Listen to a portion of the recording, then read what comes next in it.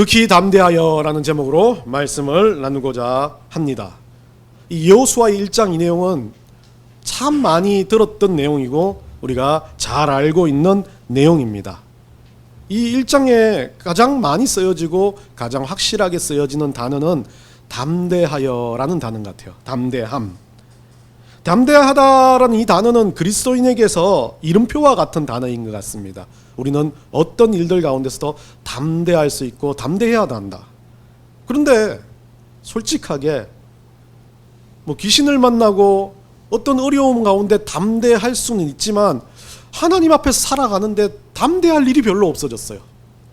예전은 그랬습니다. 많은 사건 사고 속에서 기독교가 핍박받고 그리스도인들이 핍박받았을 때는 담대함이 필요했습니다. 그런데 오늘날은 핍박이 없어지기 시작하니까 담대함이 사라져버렸습니다. 담대함이 사라지기 시작하니까 우리에게 뭐가 생겨났습니까? 담담함이 생겨났어요. 그냥 죽지 못해 살아.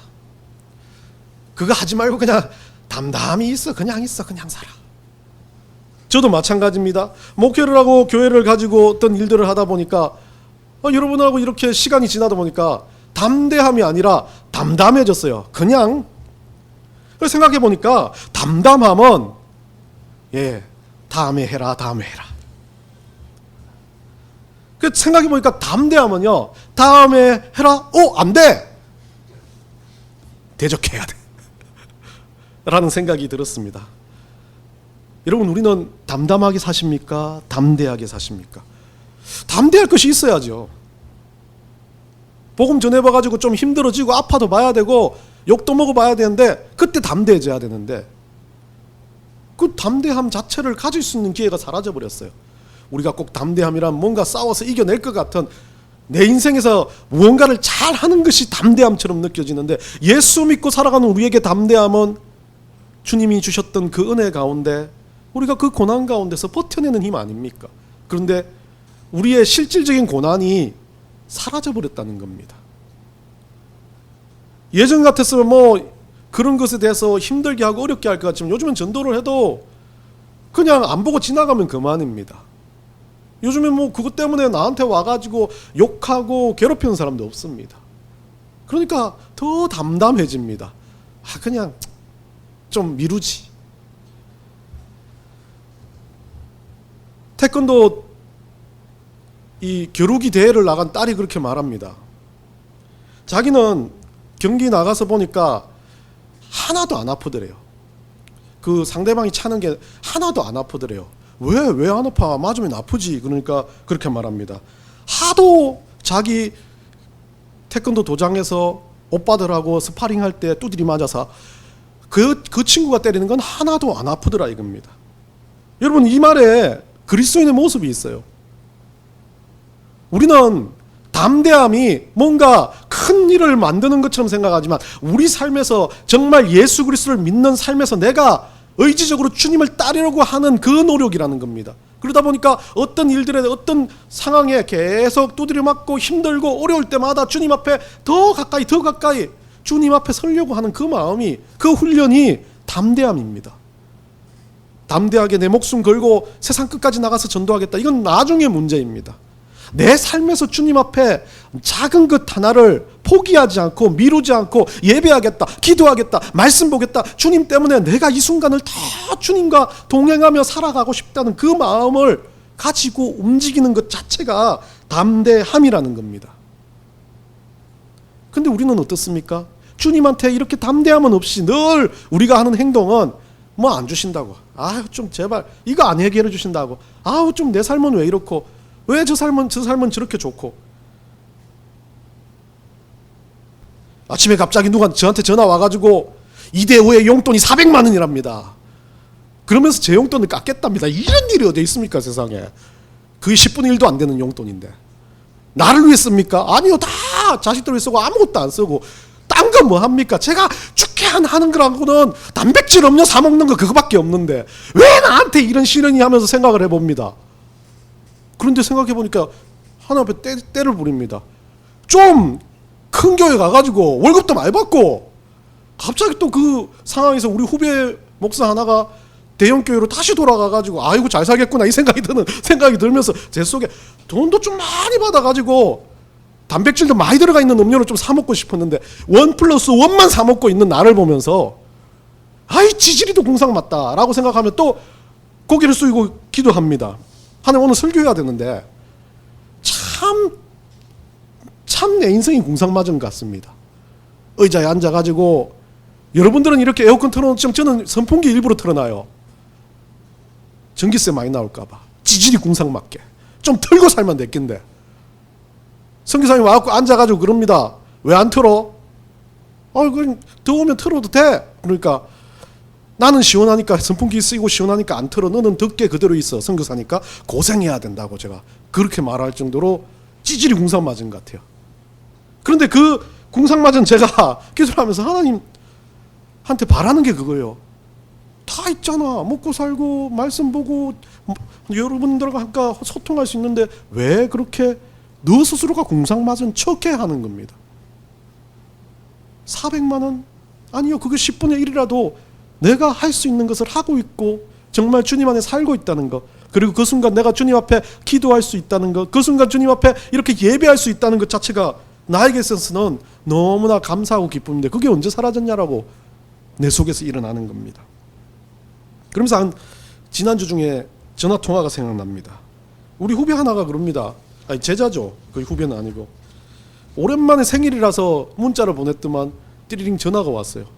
전화가 와가지고 그 년간 10년 넘게 전화를 안 했었는데 어떻게 됐냐, 사업 망하고 막 돈 띄고, 여러분들 요즘에 주식 호황기인데 자기는 기적과 같이 주식에서 매덕을 잃어버리고 너무너무 힘들답니다. 너무너무 힘들답니다. 그래갖고 해줄 거 없고 너무 힘드네. 그래도 내가 스승된 입장에서 기도 잊지 않고 기도할게. 그러니까 뭐라는지 아십니까? 많이 기도 안 하셔도 돼요. 다른 분들을 위해서 더 기도하셔요. 왜? 다 회복했습니다. 그때 잃었던 돈 뭐도 다 단방에 다 회복했습니다. 뭘로 회복했는데? 라고 물으니까 자기가 예전에 샀던 저기 어디 지역의 땅이 엄청 올라가지고 그거 팔았더만 아주 회복이 됐답니다. 속으로 생각이 듭니다. 나한테 헌금이나 하지, 우리 교회도 없지 라는 생각이 들면서 할렐루야 감사하다. 이 목사의 잘못된 버릇에 할렐루야 감사하다. 그러니까 딱 그 친구 그렇게 말합니다. 목사님, 제가 이거 회복됐다고 기도하지 말라고 했던 이유 중에 하나가 그거였습니다. 그때 주님 앞에 힘들다고 미친 듯 때처럼 기도했던 그 기도 아무것도 주님 안 들어주시더랍니다. 자기 거 뺏겨간 거 얼마 조금 더 회복시켜 달라고 그렇게 울며 매달리는데, 새벽에 매달리는데 하나님 안 들어주시랍니다. 그래서 자기 기도했답니다. 하나님 다 가져가세요. 하나님 아무것도 필요 없어요. 다 가져가세요 라고 이야기했답니다. 솔직히 진심으로 이야기했냐? 그러니까 아니요. 화가 나서 이야기했답니다. 그리고 한 6개월을 교회 안 나갔답니다. 교회가 뭐예요? 하나님 주시지도 않는데. 그러다가 자기가 정말 교회 나가기 싫어서 그러다가 어느 날 지나가는데, 여러분들 제가 오늘 드렸던 찬양, 마지막에 드릴 찬양 아무것도 두려워 말라라는 이 유튜브에서 흘러나오는 이 찬양을 듣는데 갑자기 이 찬양의 말씀처럼 자기가 예전에 읽었던 여호수아 이 말씀이 생각나더랍니다. 그래서 다시 읽었죠. 다시 읽어봤답니다. 다시 읽으면서 자기가 느꼈던 그거예요. 자기가 얼마나 부족한 떼쟁인가. 담대함으로 사는 것이 아니라 진짜 자기는 자기 욕심대로 사는 인생이었구나. 내가 신앙을 가진 게 아니라 내 의지를 가진 인생이었구나. 내가 담대함을 가진 게 아니라 세상에서 두려워 벌벌 떨며 사는, 정말 태도하는 그리스찬처럼 살았구나라고 생각이 들었습니다. 그래서 목사님, 저를 위해서 기도하지 말고 저 같은 깨달음이 없었던 그 한 명을 위해서 더 기도하는 게 낫지 않습니까? 그러면서 제가 말했어요. 이 교만한 녀석아, 너 또 망할지도 몰라. 그러면 그렇게 이야기하고 웃으면서 전화를 끊었습니다. 우리의 인생은 어떤 다른 것에서 힘을 얻지는 못합니다. 우리의 인생이 담대함으로부터 벗어날 수 있는 유일한 길은, 두려움에서 벗어날 수 있는 유일한 길은 이 담대함을 가지는 건데, 담대함은 다른 어떤 것의 용기가 아닙니다. 작은 것 하나 우리 주님과 동행할 수 있게끔 시작하는 것으로 출발해야 된다는 것을 기억했으면 좋겠습니다. 오늘 본문을 통해서 우리가 담대함을 다시 한번 생각해 보기 원합니다. 여호수아라는 그 인물이 이스라엘 민족들을 크게 인도하기 위해서 하나님께서 담대하라고 명령하시는 것 맞습니다. 그런데 그보다 더 중요한 건 여호수아 본인 자체가 하나님과의 관계에서 어떻게 살아가야만이 담대할 수 있는지, 우리가 주님 앞에서 어떻게 살아가야 하는지를 보여주는 기록들입니다. 한번 알아보면서 우리가 세 가지를 가지고 진짜 담대할 수 있는 백성들이 되기를 원합니다. 본문의 1장의 앞쪽에 보면 참 재밌는 말씀이 나오는데 1장 1절에 보면 어떻게 되어 있냐면요, 여호와의 종 모세라고 칭하고 새로운 리더십을 세우는데 여호수아를 뭐라 그럽니까? 모세 시종이라고 칭합니다. 참 성경 기록이 새로운 리더십이 들어왔어요. 모세는 이제 다 진원별이라고 생각한다면 새로운 리더십이면 진짜 여호와의 종 여호수아 이렇게 했으면 얼마나 좋겠습니까? 그러면 여호수아도 힘이 나고 모세 따까리가 아닌 거잖아요. 결국 성경 기록에는 모세를 돌보던 모세에게 청종하는 사람이라고 되어 있는 거죠. 그래서 이 모세에게는 여호와의 종의 아바드란 단어를 쓰고 있습니다. 아바드란 단어는 여러분들은 아시겠지만 이 원래 에덴 동산을 뭐라 그래요? 생육하고 번성하고 관리하라고 했을 때 하나님께서 주셨던 그 아담과 하와에게 주셨던 명령, 그들에게 다스리라, 보호하라는 명령을 주셨을 때 그걸 아바드라고 씁니다. 이 봉사하다, 노동하다라는 뜻으로 쓰여집니다. 그리고 하나님께 봉사하는 모세를 종이라고 불렀어요. 그 종의 시종, 메수아라트라는 단어를 쓰고 있는데 이 시종, 종에게 어떤 대상에게 봉사하는 사람, 어떤 대상을 위해서 일하는 사람, 어떤 리더를 향해서 그것을 도와주는 사람, 팔로우, 따라가는 사람과 같은 사람을 시종이라고 메시아르테라는 단어를 씁니다.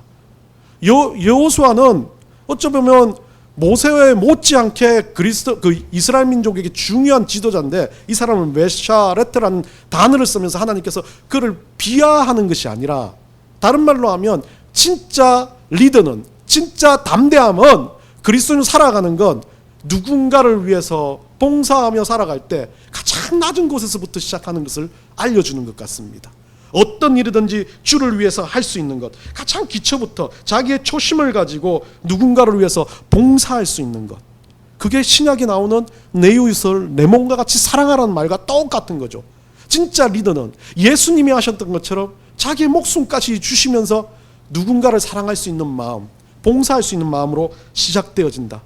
결국 다른 말로 여호수아야, 네가 담대해야 되는데 네가 담대할 수 있는 원천은 너의 시작이 중요하다. 누군가보다 잘났어? 누군보다 대단해? 나는 정말 똑똑해? 나는 정말 돈이 많아? 나는 건강이 아주 대단해? 나는 누구보다도 대단한 능력을 가지고 살아라가 아닌 거죠. 내가 어떻게 하면 누군가를 도울 수 있을까? 라는 마음으로 출발되어지는 것이 담대함이라는 겁니다.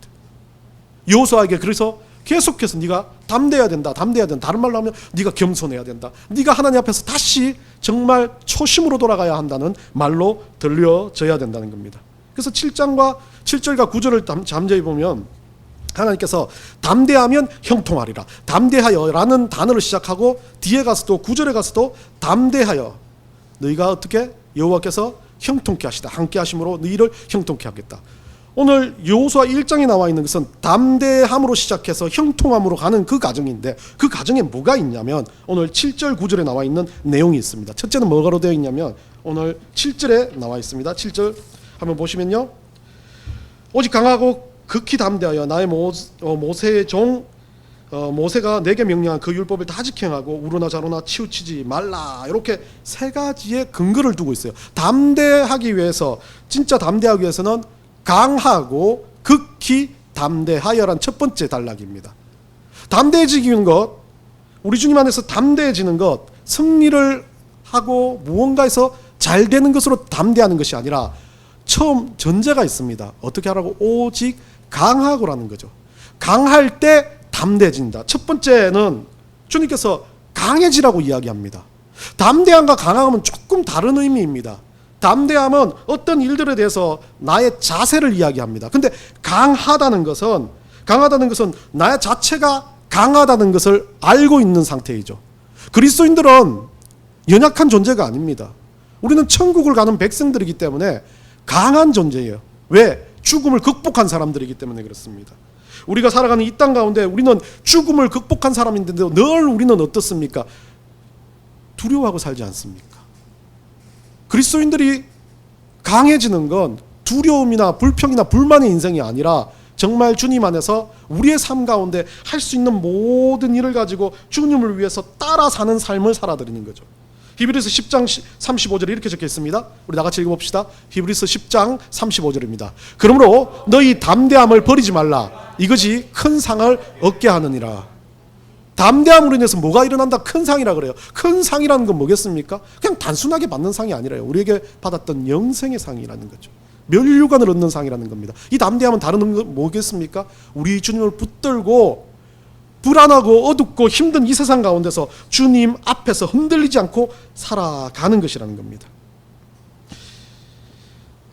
갑자기 담대하다는 생각이 드니까 그리스도인들은 담대해지는 방법에 대해서 고민이 됐습니다. 그러다 보니까 여러분들 제가 에스겔 이야기하다가 우리 마른 뼈에 대한 이야기를 좀 했었습니다. 마른 뼈가 주님 안에서 살아날 수 있는 방법, 심줄이 오르고 여러 가지 힘을 얻는 방법들에 대한 이야기가 나왔었지만 그 환상 속에서는 그렇게 살아나는 거지만 소위 말해서 우리는 담담하잖아요. 그냥 뼈다귀로 살지 않습니까?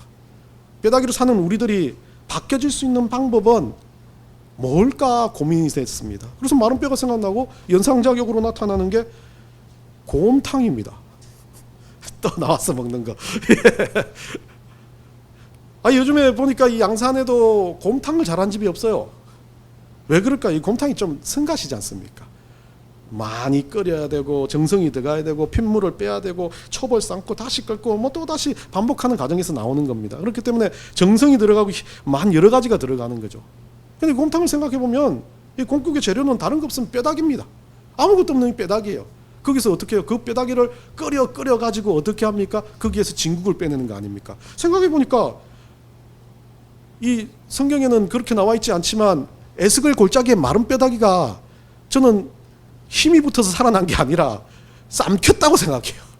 물에 국 삼키다 보니까 그게 뭐 하나요? 그 안에서 나는 죽고 뼈다귀는 흐물흐물 다 없어지는, 뼈다귀 본체가 사라진다 하더라도 뭐가 나옵니까? 예수의 보혈에서 계속 삼키고 힘들고 어렵고 눈물 나고 계속 무릎 꿇고 주님 주님 주님 외치다 보면 뭐가 생겨나요? 내 안에 강력한 믿음, 내 안에 이 복음과 같은 세상을 뒤집어 엎을 만한 성령의 역사가 일어나는 것. 그게 곰탕의 모습 아니겠습니까? 요한일서 5장 5절 6절 한번 읽어봅시다. 다 같이 읽습니다. 예수께서 하나님의 아들이심을 믿는 자가 아니면 세상을 이기는 자가 누구냐? 이는 물과 피로 임하신 이시니 곧 예수 그리스도시라. 물로만이 아니요 물과 피로 임하셨고 정언하는 이는 성령이시니 성령은 진리라. 결국 우리가 믿는 이 믿음으로 인해서 우리는 삼키고 또 삼켜도 예수 피에 삼키기만 한다면 우리는 성령 가운데서 승리할 수 있는 그리스도인 된다는 이야기를 하는 겁니다. 강하다는 것은 그겁니다. 구원을 얻었다는 그 전제에서 벗어나지 않는 겁니다. 두 번째로는 뭐라 그럽니까? 율법을 다 지켜 행하라라고 말합니다. 담대해지는 건 단순하게 내가 잘하겠으라고 하는 게 아니라 하나님의 율법을 그대로 내 삶에 적용하고 지키는 겁니다. 히브리어로 율법은 토라라고 하는데요. 이 토라는 딱딱하고 어려워서 지키기 어려운 아주 그런 것들이라고 우리에게 선입견이 박혀 있습니다. 그런데 율법은 한글 개역에서도 율법이고 번역되어 있는 것도 율법이고 히브리어는 토라인데, 토라는 소위 말하는 모세의 것도 호세아의 것도 제사장의 것도 다 동일한 토라였습니다. 하나님의 말씀이죠. 지켜야 할 규칙이었습니다. 이 규칙은 다른 말로 하면 지켜내기 위해서 그 가르침을 준 거기 때문에 꼭 의지적으로 지키기 위해서 노력하는 것이었습니다. 오늘날 율법이 사라졌다고 말하는 우리들에게 이 토라가 사라졌다는 생각에 지켜내야 할 율법을 생각하지 않습니다. 하나님 말씀을 지켜야지, 하나님 말씀을 내가 어긋나지 않게 생각해야지, 아무리 말씀을 듣고 배워도 오늘 이렇게 담대하다, 주님 앞에서 예배하고 말씀 보고 기도하고 이것을 우선순위로 둬라라고 이야기하는 것을 듣고 가서도 안 하는 겁니다. 지키지 않습니다. 담대해질 수가 없다는 거죠. 지켜야 할 규칙은 지켜야 된다는 겁니다. 그런데 우리는 그 규칙을 지키지 않다 보니까 어떻게 됩니까?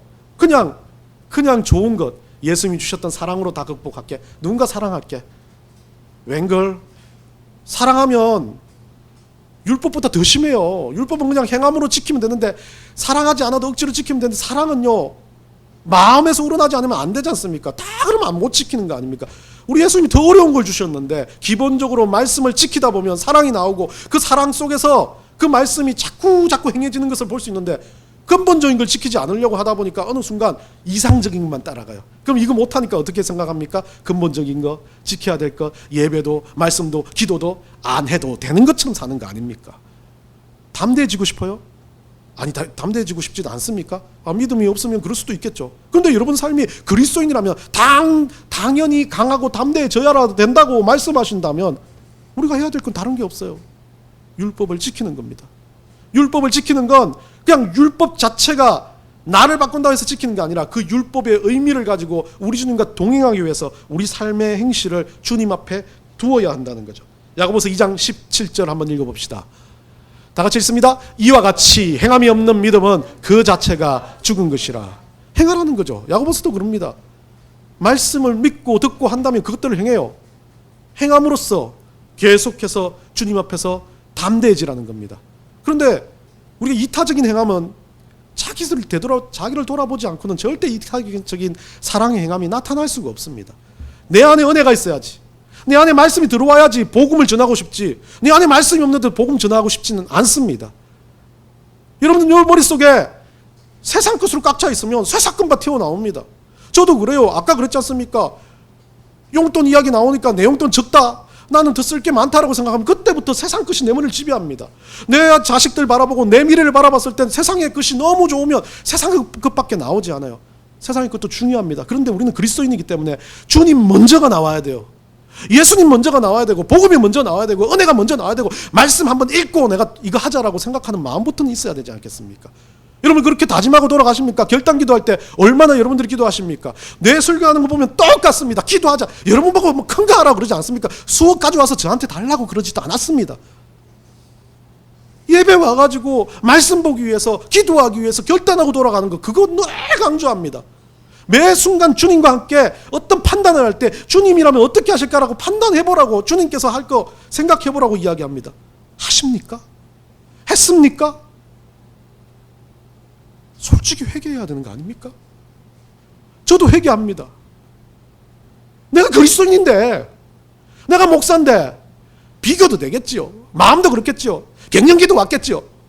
그런데 중요한 건 그거 한 번도 하지 못한다면 그리스도인을 할 수 있습니까? 여러분 이런 표현에 담대함이 있겠습니까? 예배 드리는 게 여러분한테 뭡니까? 그냥 왔다 떼고 가는 시간입니까? 소중함의 시간이 돼야 되는 거 아닙니까? 여기 와서 앉아있다고 주님 기뻐하실까요? 아니요. 절대 기뻐하지 않는다고 저는 말합니다. 주님 앞에 이 예배를 드릴 수 있어야 되는 거 아닙니까? 드릴 수 있는 건 다른 거 아니에요. 제 시간에 제 설교 다 안 들어도 돼요. 말씀만 정말 깨우치고 돌아가서 말씀대로 사는 것. 그게 중요하지 않습니까? 율법을 지켜 행하는 것 그겁니다. 셋째로요. 뭐라 그러냐면요. 치우치지 말라 그럽니다. 좌우로 치우치는. 이건 율법과 연장선에서 이야기하는 겁니다. 이 좌우로 치우치지 말라는 이 말은 신명기에서도 한 4번 정도 반복을 합니다. 여호수아서에도 여기 외에도 한 번 더 반복을 합니다. 좌로 우로 치우치지 말라라고 말하는 것. 소위 말하는 이것은 우리 하나님께서 마지막 하는 경고입니다. 율법을 가지고 살아가는 백성들인데도 너희들이 뭐하냐? 내가 보니까 치우치고 있지 않냐? 하나님 말씀을 한쪽에는 붙들고 하나님 말씀은 세상의 것을 붙들어가지고 비교하고 있지 않냐? 하나님 말씀이 요게 조금 더 나한테 이익이 된다면 요거 따르고 세상의 이익이 조금 더 따르면 이거 따르고 있는 모습이 우리의 모습 아니냐? 좌우로 치우치는 모습. 여러분 우리 인생은요 그리스도인이라는 인생 가운데 살아가는 우리는 좌로나 우로나 치우치는 게 아니라 한 방향으로 가는 인생입니다. 우리의 목표는 정해져 있고 우리의 가야 할 방향은 정해져 있다는 겁니다.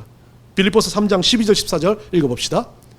다 같이 읽습니다. 내가 이미 얻었다 함도 아니요 온전히 이루었다 함도 아니라 오직 내가 그리스도 예수께 잡힌 바 된 그것을 잡으려고 달려가노라. 표대를 향하여 그리스도 예수 안에서 하나님이 위에서 부르신 부름의 상을 위하여 달려가노라.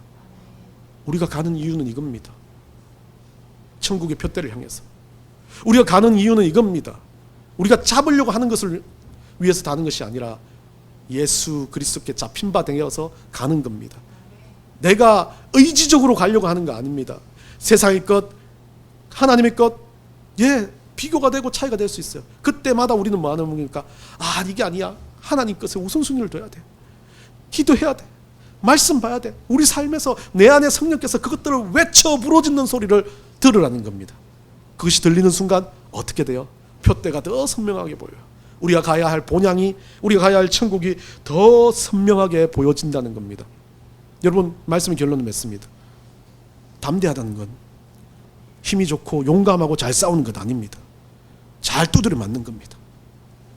자꾸 맞다 보니까 그 맞음 속에서 뭐가 생기는 겁니까? 하나님의 은혜가 보입니다. 그래서 아프지 않습니다.